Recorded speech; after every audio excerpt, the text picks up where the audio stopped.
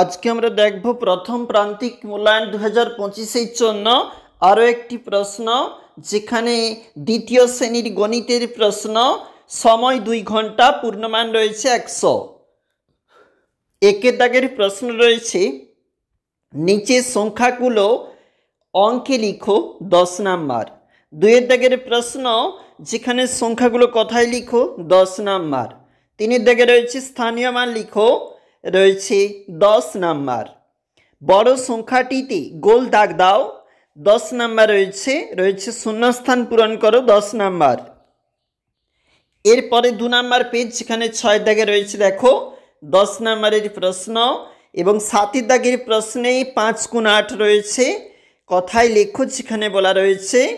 এবং রয়েছে 2-এর দাগে, যেখানে দেখবে 4টি সংখ্যা লেখো, প্যাটার্নের নিয়ম ব্যাখ্যা করো। এবং পরবর্তী যে পেজ বা পৃষ্ঠা, সেখানে কিন্তু রয়েছে আমাদের পরবর্তী যে অঙ্কগুলো, তোমরা কিন্তু অবশ্যই দেখবে প্রশ্নগুলি।